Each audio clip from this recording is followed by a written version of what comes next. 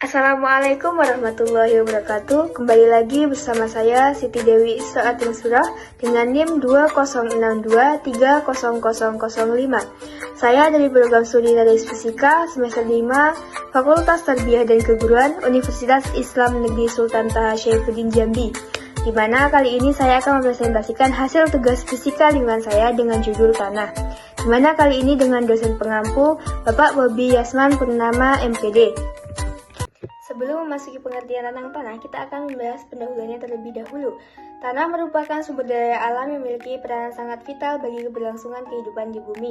Tanah bukan hanya sekedar tempat berpijak, tetapi juga merupakan media utama bagi tumbuhnya berbagai jenis tumbuhan yang menjadi sumber makanan, bahan baku, dan energi bagi manusia serta makhluk hidup lainnya. Tanah menjadi bagian dari sistem ekologi yang kompleks dan berperan penting dalam siklus unsur hara, air, serta gas yang menjaga keseimbangan biosfer bumi. Tanah merupakan sumber daya alam yang memiliki peranan sangat vital bagi keberlangsungan kehidupan di bumi. Tanah bukan hanya sekedar tempat berpijak, tetapi juga merupakan media utama bagi tumbuhnya berbagai jenis tumbuhan yang menjadi sumber makanan, bahan baku, dan energi bagi manusia serta makhluk hidup lainnya. Tanah menjadi bagian dari sistem ekologi yang kompleks dan berperan penting dalam siklus unsur hara, air, serta gas yang menjaga keseimbangan biosfer bumi.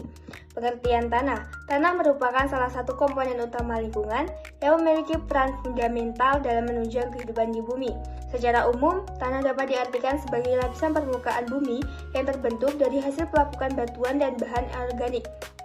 Dia mengalami proses fisika, kimia, dan biologi selama waktu yang sangat lama. Secara ilmiah, tanah dipandang sebagai tubuh alam bebas atau natural body yang terbesit interaksi antara 5 faktor pembentuk, yaitu bahan induk, iklim, organisme, topografi, dan waktu. Tanah tersusun atas 4 komponen utama, yaitu bahan mineral, bahan organik, air, dan udara. Bahan mineral berasal dari pelapukan batuan induk yang menyediakan unsur-unsur hara penting seperti fosfor, kalium, dan magnesium. Bahan organik berasal dari sisa-sisa makhluk hidup yang mengalami pelapukan, berfungsi memperbaiki struktur tanah, meningkatkan kemampuan menahan air, serta menjadi sumber energi bagi organisme tanah.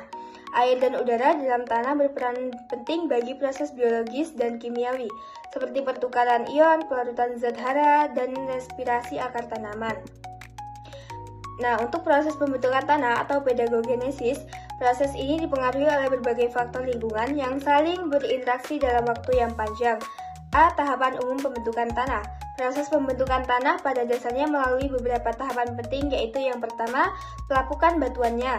Proses ini merupakan tahapan awal dalam pembentukan tanah. Pelapukan terjadi ketika batuan induk mengalami penghancuran akibat pengaruh cuaca, air, udara, maupun organisme. Yang kedua, pembentukan bahan induk tanah. Setelah batuan mengalami pelapukan, partikel-partikel hasil pelapukan tersebut bercampur dengan bahan organik yang berasal dari sisa tumbuhan dan hewan mati. Yang ketiga, pembentukan lapisan tanah. Lapisan atas horizon A yang kaya akan bahan organik dan sangat penting bagi pertumbuhan tanaman, sedangkan lapisan di bawahnya horizon B dan C lebih banyak mengandung bahan mineral. Pola pembentukan horizon ini tergantung pada faktor lingkungan dan jenis bahan induk yang terlibat. Yang keempat, stabilisasi dan evolusi tanah. Tanah yang sudah terbentuk akan terus mengalami perubahan sifat, fisik, kimia, dan biologis. Aktivitas mikroorganisme, pencucian unsur hara, dan akumulasi bahan organik membuat tanah semakin matang. Selanjutnya, faktor-faktor yang mempengaruhi pembentukan tanah. Menurut konsep doktrin 5 faktor pembentuk tanah yang dikemukakan oleh Dokuchev dan dikembangkan oleh Hasjeni, terdapat 5 faktor utama yang mempengaruhi pembentukan tanah, yaitu bahan induk, iklim, 7 organisme, topografi, dan waktu. Interaksi kelima faktor ini menghasilkan berbagai jenis tanah dengan karakteristik yang berbeda. Selanjutnya, jenis-jenis tanah di Indonesia. Indonesia memiliki beragam jenis tanah akibat kondisi iklim dan geologi yang kompleks. Beberapa di antaranya meliputi A. Tanah aluvial, B. Tanah vulkanik, C. Tanah latosol, D. Tanah podsolik, E. Tanah gambut, F. Tanah mediteran, G. Tanah gumosol, dan H. Tanah humus. Selanjutnya, fungsi dan peranan tanah bagi kehidupan. Yang pertama, sebagai media tumbuh tanaman. Kedua, sebagai habitat organisme hidup. Yang ketiga, sebagai pengatur tata air dan penyimpan air. Yang keempat, sebagai penyaring alami dan pengikat polutan. Yang terakhir, sebagai penyangga aktivitas manusia. Materi selanjutnya, permasalahan dan kerusakan tanah.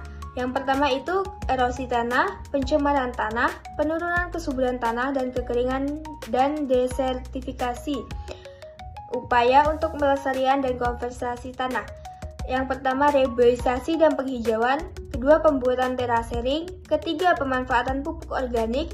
Yang keempat, sistem pertanian berkelanjutan. Dan terakhir, pengolahan limbah dan pengendalian pestisida. Kesimpulannya, tanah adalah sumber daya alam yang sangat penting dalam kehidupan manusia dan ekosistem. Tanah terbentuk melalui proses panjang, pelapukan batuan dan bahan organik yang dipengaruhi oleh faktor iklim, organisme, bahan induk, topografi, dan waktu. Indonesia memiliki jenis tanah yang sangat beragam dan dengan potensi besar untuk pertaniannya.